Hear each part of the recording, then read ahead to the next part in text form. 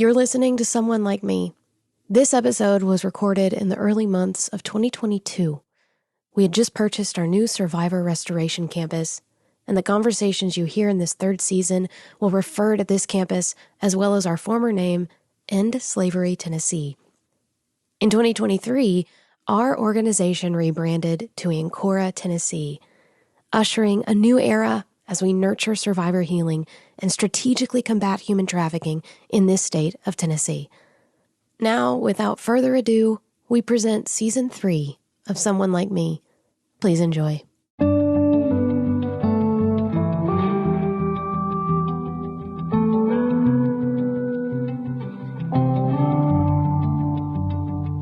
You're listening to Someone Like Me, the official podcast of Ancora, Tennessee, formerly known as End Slavery Tennessee. I'm Leslie, and I get to host this show and facilitate conversations about the work Ancora, Tennessee is doing. Earlier in the season, we spoke to Vanessa, a survivor and graduate of Ancora, Tennessee's program. If you listened, you'll remember that finding consistent, safe, and upwardly mobile work was very difficult for her. This is not unique to Vanessa. Many of our survivors struggle to find workplaces and employers that will not only hire them despite their background, but will give them responsibility and serious potential for growth within the organization. We help our survivors find this kind of work by partnering with other organizations whose mission it is to support employers with the understanding of how to manage unique stressors associated with survivors. And at the same time, the organizations strategize with employers on how to create pathways to sustainable careers for those recovering from severe trauma. One such organization is Viable, and it's founded by today's guest, Ben Turner. Let's listen to how Viable's partnership with Ancora, Tennessee is helping survivors in long-lasting ways that will support their healing journey for a lifetime.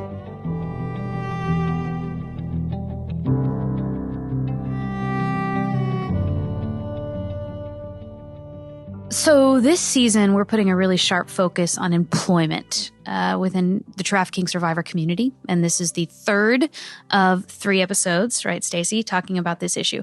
And it's incredibly important for many, many reasons. And our survivor interview this season actually touches on this.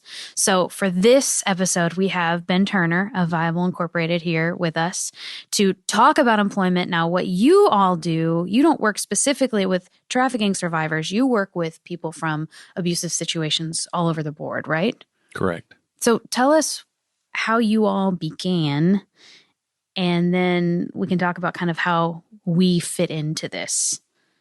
We began in northern Uganda, working with critically vulnerable populations there, and had attempted to do skill building, capacity building, training, and we continued to encounter issues with that converting, to use a business term.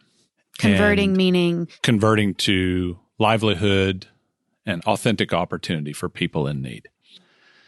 So here they had invested their time and energy to learn, and we had invested our resources, time and energy as well, and we continued to bump into the missing markets. And when we were searching out to see what those markets were, we were finding a disconnect between the training that was being provided, whether be it us or others, and the types of opportunities that might be developed with these companies. Gotcha. Can you give us an example of what that looks like? So let's say you're running an organization, a ministry in northern Uganda, and you are serving youth or ladies who were direct victims and survivors or just indirectly affected by a lot of the atrocities that took place in that region. With the best of intentions, the leadership of the organization that's attempting to serve you starts a vocational training program. Makes sense, right? Makes a lot of sense. When you consider the marketplace and the relevance of that training to the actual opportunities, it's a big jump. Companies using CNC machining are looking for folks who have some understanding of that technology. Training a young person to plane a board with a hand planer is a stretch. Mm-hmm. Yeah. Now, I think it's important that when you hear me, I'm going to say some things today. If you don't know me and know my heart, you wouldn't know the spirit with which it's intended. So one of the things I've learned is to be critical of the situation, not of the work of others. So I'm highlighting the brokenness about a situation. I'm not trying to criticize the work or calling of others. And in my belief, a cup of cold water, do it if that's what you're called to. But I can't not address the problem and say those skills would never convert. There might be some soft skills, there might be some things that transfer to that employer, but that is not something they're searching out for. It reminds me of so much of what we do. We don't do it perfectly. We stumble along learning as we go. But the thing is, we're in the long game. And in the short game, you see only a little piece. But when you're in it for the long haul, serving people who have been disenfranchised, you learn that there's so many factors that you have to address to build stability and sustainability into the equation. And I think that's kind of what you do. But we learn as we grow, That's right. kind of do it. I've learned it. Another example would be woven baskets from that region or the paper mache jewelry that's made. There's a lot of folks doing that on the supply side, but oftentimes the only opportunity for the ladies who make these items comes when the well-intentioned ministry leader is packing it up into suitcases and flying back to the States and selling it at a booth outside of a presentation, which, again, God bless their efforts. Wonderful thing. Absolutely. And it's a wonderful learning experience for those ladies, and they see an immense amount of hope and encouragement, and they're learning a ton of things. So, again, this is not a spirit of criticizing that. It's a desire to honor the work that's been done through these ministries, to honor the journey and the progress of those survivors, but to press the envelope, to press the conversation to say, what's next? Yeah. For a long-term career and growth, and like Stacy, like you said, a long game. So what does your work look like at the moment? And what are you all doing on a daily basis with the people you're serving? Okay, so it takes place in northern Uganda and Nashville, Tennessee. And as we see it, it's the same. And so I think sometimes telling the story of what's going on in northern Uganda can help people, even though it's one step removed, can help people better understand what we're doing in Nashville. So you have people in that region who know how to farm and cultivate soybeans. And their only market at the present time when we meet them are exploitative middlemen. Oh, I see. Right. Now I'm Okay. starting to get a feeling of where you're going with this. Okay. What these individuals want is a fair and honest price. They do not have the volume. They do not have sometimes the cultural or ethnic credentials to approach those who represent greater opportunity. And oftentimes they live a great distance. With our background, we can approach those multinational companies, those regional companies to have a business conversation to understand what are your needs. And then they disclose to you that they are currently procuring 60% of the supply that they would like to be procuring. So you start from a needs basis, not even what openings are there that we can train people for. You're starting from what are your problems and how can we resolve them? That's exactly right. So it's all anchored in the marketplace. It's market based. It's needs based, market driven, I would say. So you don't work, it's not like you're just job placement. You are working with employers to kind of rebuild opportunities for these people who are disenfranchised and who need opportunity and who Could are you say great that assets. again? Hold on, let me write that down. It's She on does tape. say it well, We doesn't got it she? on She's tape. gifted with words. Sorry to interrupt. No, you're fine. So there's a really natural, beautiful connection here with what you're doing and with the people we're serving here at this organization. When did you first come to learn of this organization and trafficking in general? 2017 would have been July through a Rotary International presentation, local club. A friend of mine, Steve Grissom, knew that my attendance had been lacking due to travel and busy schedule and young children at home and a variety of other excuses. And he said, I'm starting my year as president of the club, and I'm making it a point for the first presentation to club members to be on the subject of anti-trafficking. I'd like you to come. So I attended that day. I heard the presentation. And at the end of the presentation, there were questions, but then there was this volunteer who was free to be a little more cavalier in her remarks. So she stands and she says, you can help. We covet your prayers, your financial support, volunteering. There may be opportunities for you to do that. And then she raised a bill in the air and said, this issue is a lot about money. It's very complicated, but certainly in that mix is money. And you all in this room represent job opportunities, income opportunities for these ladies that we're serving.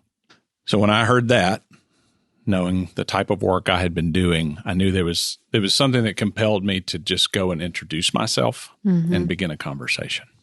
Who is that volunteer that raised that bill in the air? Could that have been our own Stacey Elliott? It's here, so Mike number funny. 3. Yeah. We were sitting here before we started recording the podcast, and I thought I had just met Ben for the very first time, and we got to telling the story, and I said, wait, when was that? Because I had just met Steve as well, who, by the way, is now overseeing the construction of all of our Survivor Restoration Campus. He was semi-retired, and well, it's funny how things work out, isn't it? So he's here, but so I was that volunteer. So great, which I think is hilarious. And Ben, I guess I had met you before, but now we're in it together. And now that we've met, and of just a brief few minutes here, I can see the spunk, the boldness that would have been behind the lectern that day to say, all this is great, but let me just really tell you. Oh, that's a Stacey. I could picture Stacey with a bill in the air saying, this is what it's about. Really? I mean, you saw an opportunity to look at business leaders and say, here is where you have impact. You can come volunteer. Please pray for these people affected. But what you have, your special perspective on this and your resources, this is what we need for long-term growth, rehabilitation, healing, thriving. Last season, we talked to Branded Collective, and we talked about the importance of creating these jobs that not only teach skills, like the literal putting together of jewelry, but the soft skills of showing up on time. If you are sick, how to call out, all of these sorts of things that people they haven't had these sorts of opportunities to practice them. And I think the word that in your mission statement, I wrote it down here, Viable connects survivors of abuse to meaningful employment. It's so important that the employment is meaningful, long-term, long game. This isn't just, we'd like to get someone for the rest of their lives to do this small sort of a thing. We're looking for growth. So can you talk more about how you work with businesses to make those meaningful opportunities happen for people who have experienced abuse? Yeah, I've heard it differentiated this way that oftentimes people are looking for a right now job, and then they're ready for a long game job, a career. So I think as you're interacting in the marketplace and you talk to business leaders, decision makers, I think the one thing that would be helpful for your audience to understand, and they likely know in their own experience, is that there are many highly qualified, compassionate people in the private sector, day in and day out, doing their jobs. They have business responsibilities, but they have a heart to see people grow and develop. And so I think I'll answer your question this way. I know I'm sitting across from the right type of business professional when they are speaking to me in terms of, I'll say something to them along the lines of, Viable's working to ensure that remarkable survivors, that's one of our favorite words, is remarkable, that they do not get lost in the transition from services and programs into whatever work it is that they pursue. I know I'm sitting across from the right individual when they say to me, and yes, we don't want people to get lost in transition into the workplace. They then may say something along the lines of, we would see this as unfolding in stages. We want to see people come in and build confidence We want to see people build a strong foundation. Then we can begin to talk about specific areas of interest, ways that we can invest and help them to further themselves. That's the spirit of the conversation that I'm looking for. That's the right type of person. Tangibly, I'm looking for opportunities that have upside. It may be an entry-level position in a company, but the company itself presents all types of opportunity for professional and personal growth. And there's a culture there that is demonstrating that they invest in people. Said another way, this is not a dead-end job because folks don't need us to apply. And I'm not being critical of that. If that's how you define success and that's where you are and that's what you want to pursue for this time. But for the folks who are coming to us, we're looking for those types of opportunities that have that longer-term view. So what do you find to be realistic expectations for people who have experienced trauma? You talked about confidence. So I would imagine there's a level of building confidence and trust. We talk about that a lot with survivors. Trust is a very, very big issue. And in the workplace, you kind of have to have a lot of trust.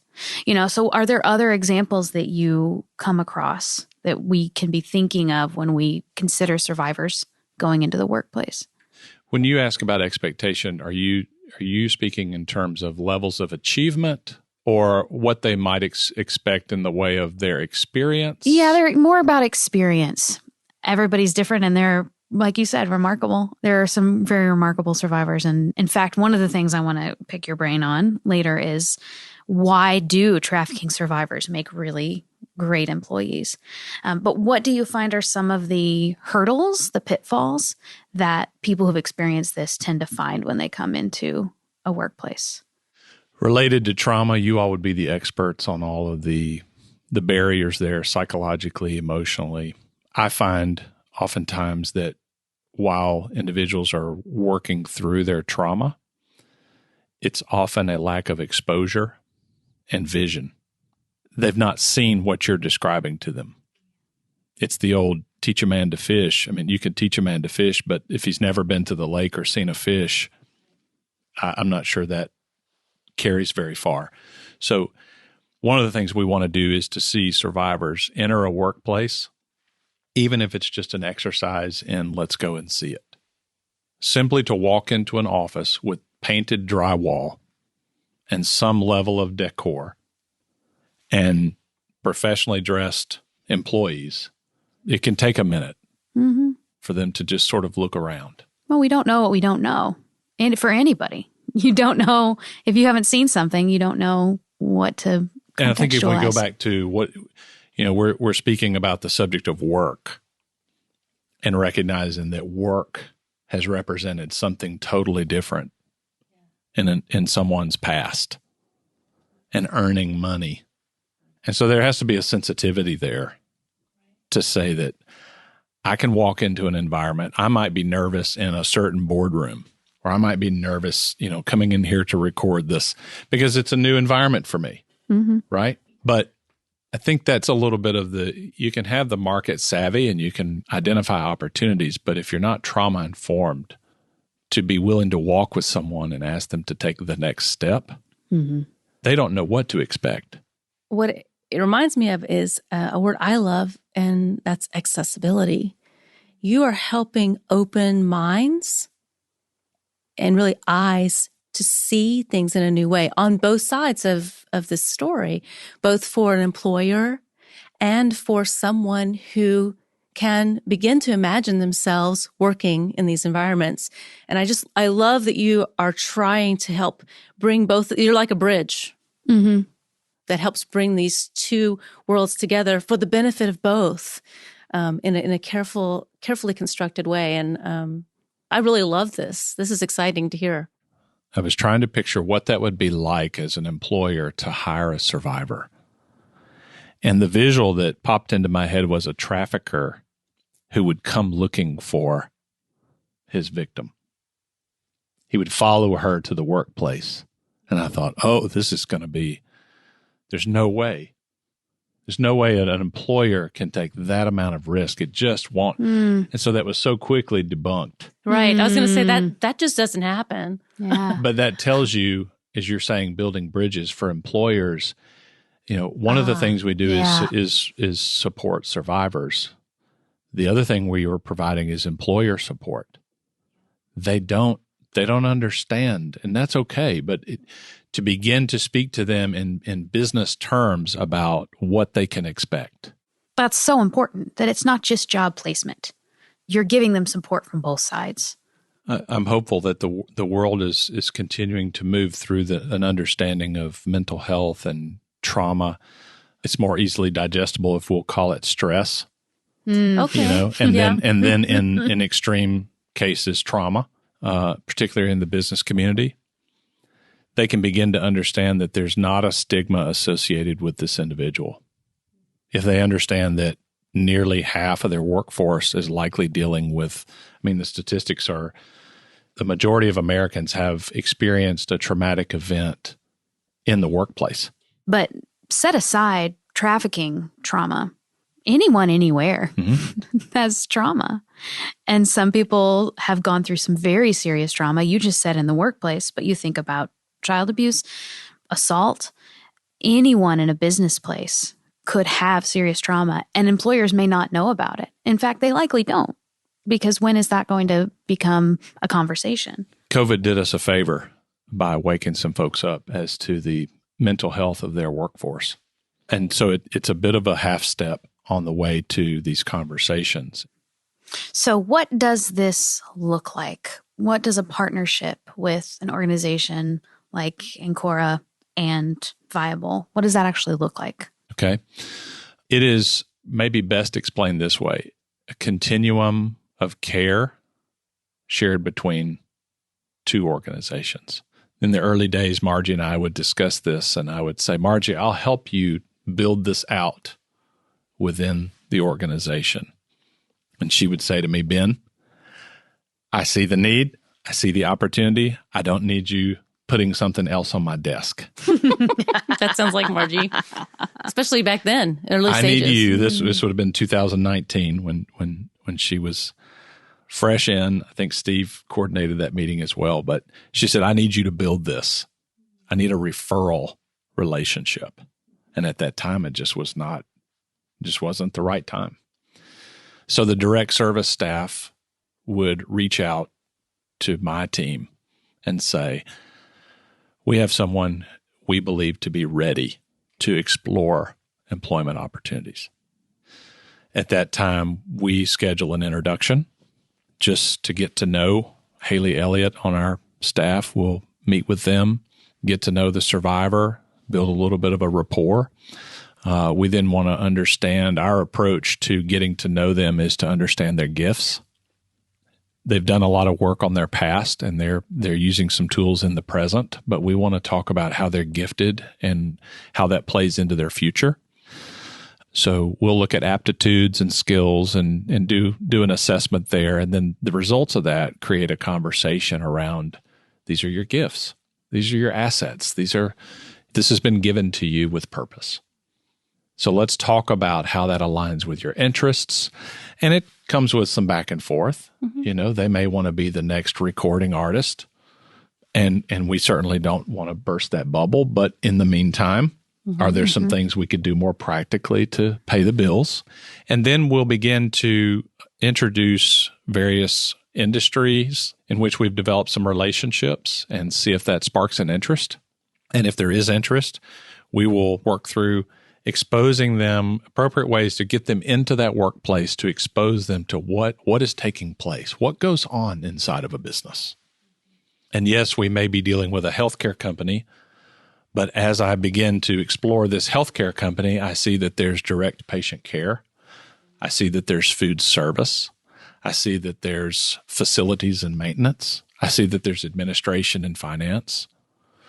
So they're learning. Oftentimes, not everyone, but oftentimes they've not seen it. They've not been exposed to it. They don't have a vision for what it's like. And while they're doing that, they're interacting with a pretty influential person within that company. Mm-hmm. And they're experiencing How is he or she speaking to me? How is he or she speaking to others? How are people dressed here? How does this place smell? Yeah.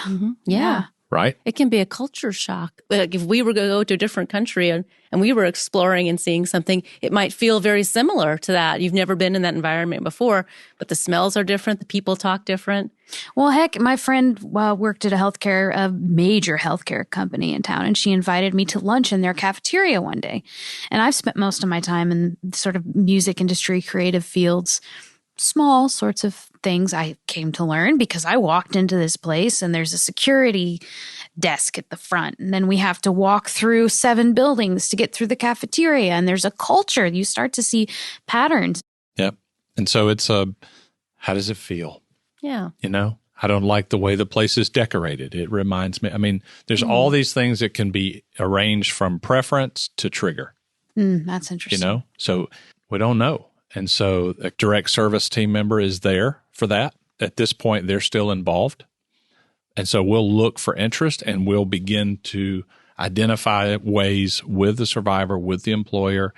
There may or may not be interest in that particular company.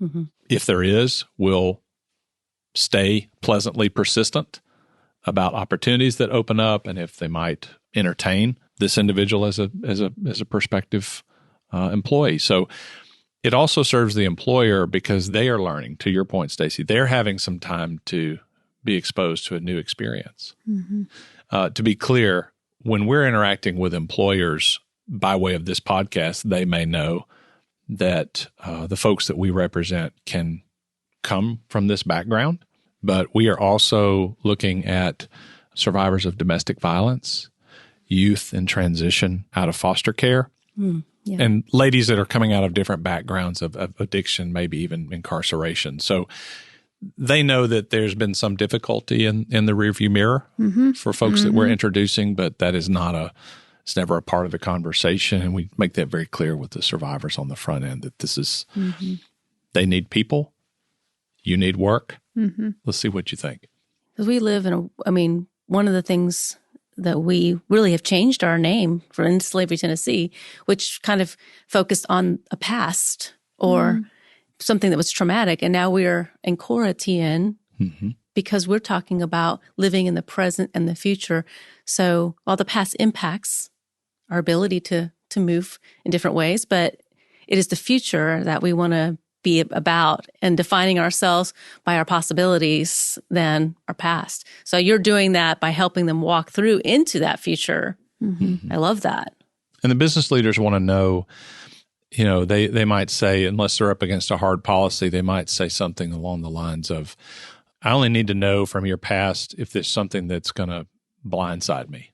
Oh, yeah. If there's something I need to know, you know, and oftentimes you'll see that on a disclosure in an application or so forth. But the types of folks we're looking for, they're really interested in saying, I'm interested in the conversation today and what we can do together moving forward tomorrow. Yeah. So if there's an employer listening to this podcast right now and they are thinking, hey, I'm not sure what this would be like, but I really want, my heart feels right about this. What if you do decide, hey, I'd like to strategically kind of get involved in this somehow? What would you have them do? How would they do that? I'd ask them to contact me Okay. so we can have a discussion. So we will definitely have that available. Yeah, it'll be in with the our show podcast. description for sure. Yep. They likely have some of the same questions I had. And if I don't have the answer, we'll go find it or maybe find it together. But I would say to them, you know, when it comes to needs, I would say if you're in the business community, you have direct influence or know someone who does, I would do the old pitch and I would say, are you looking for people who are compassionate, have a desire to help others, are loyal, creative, grateful, bring a unique perspective, task-oriented, and might even have that, what I would call old school, the hustle factor. Nice. You know, that's what I see. When you've heard the stories on this podcast or have sat in northern Uganda and heard some of those stories, sometimes I sit and wonder how it is that someone that's been through that can get up every morning and go about their day. Honestly. That's where the word remarkable in my mind comes from. They have survived.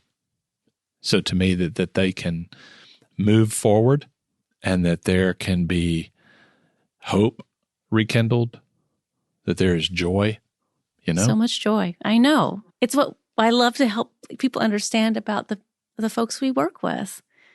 People think of human trafficking and they have this horrible picture in their mind. But in truth, when a person is allowed to walk through that, they become like this. We have a definition of hero, and you've just described what I think would be a great way to reframe what heroic means. It means to just experience something difficult and learn, grow, and continue to be joyful and hopeful and resilient. And that's what we work with. That's really what characterizes this organization more than I think what a lot of people think about. It's so compelling to be in the presence of someone who you don't have to know the details. It's none of my business. And it's not important. Yeah. It was awful. Yep. Let's just leave it at that. Yep. It's enough. It was hell on earth. And then from there, it's just to say, wow. And I oftentimes walk away and what am I doing? I know. Yeah. It really challenges me. That's a genuine expression to make to folks in this situation, is to say, you're really challenging me. Like, I'm here to learn. Sometimes my friends will teach you going over there to teach those folks to do this and do that. I'm like, no, I'm going over there to learn. If you'd see the ingenuity, you'd see the creativity, you'd see the tenacity. Yeah, tenacity. She's raising 6 kids on $13 a month, 2 kids she wanted, 2 kids that she didn't want, that she ended up with, if I could just say it that way, 2 that she's brought in from the community that were orphaned, and she's raising them on $13 a month. What am I going to teach her about budgeting, getting blood out of it? Give me a break. Yeah, it's miraculous, really. She wants opportunity is what she wants.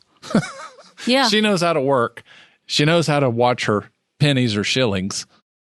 So do you have any stories through the years that are particularly special for you to tell? Any success stories that really, we're talking about heart, that really speak to the heart of both sides of the coin that you serve, employer and employee? So most recently in Ancora, survivor, alumni, trafficked for 20 years, familial trafficking. When I first met her, she had been through our gifts and aptitudes and skills process and had been invited to our office, which was a big step, I understood, for her to make. And our team did a great job of just the sensitivity. I was not in the room to begin the meeting. And at the appropriate time, the survivor was asked, would you mind if Ben and another of our colleagues joined us, another man? She said she appreciated the question and said that'd be fine.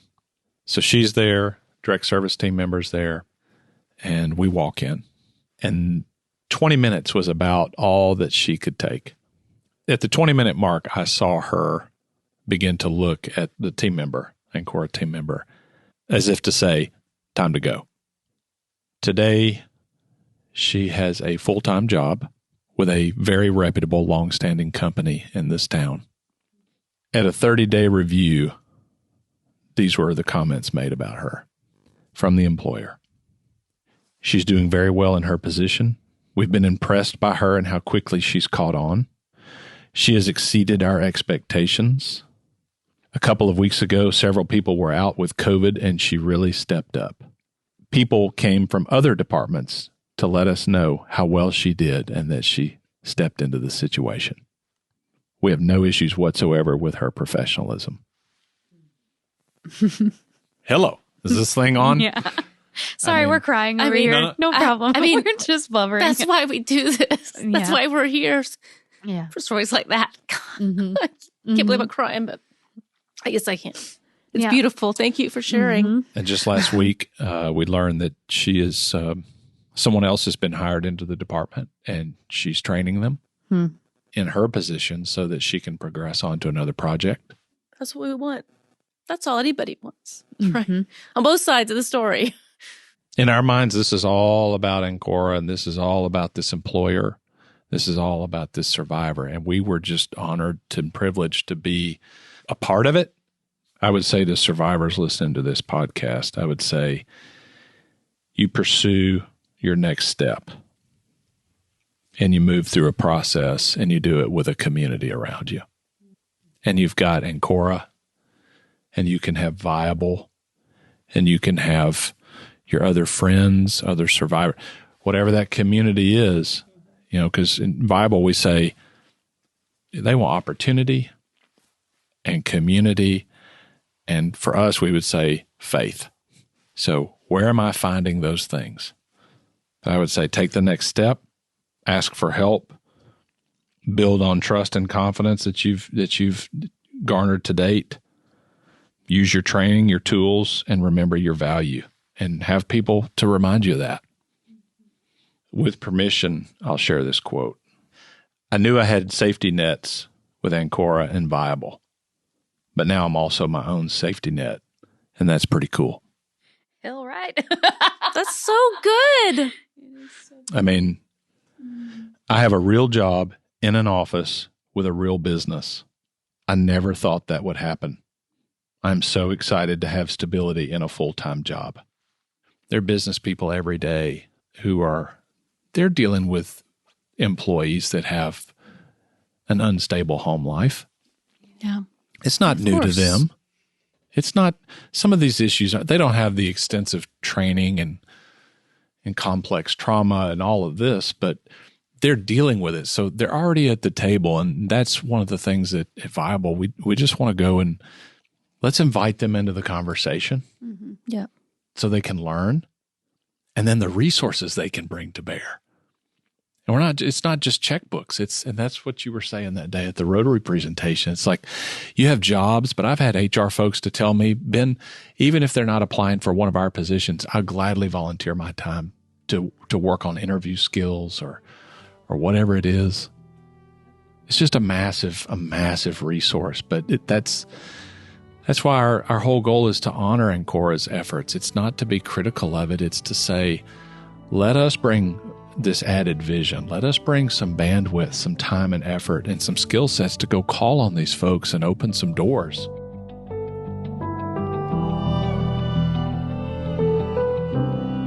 We'd like to thank Junior League of Nashville for being a community awareness partner with Someone Like Me.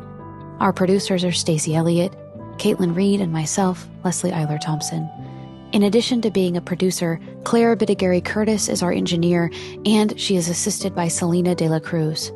Special thanks to our intern, Riley Herman. The original music you hear is by Zach and Maggie White.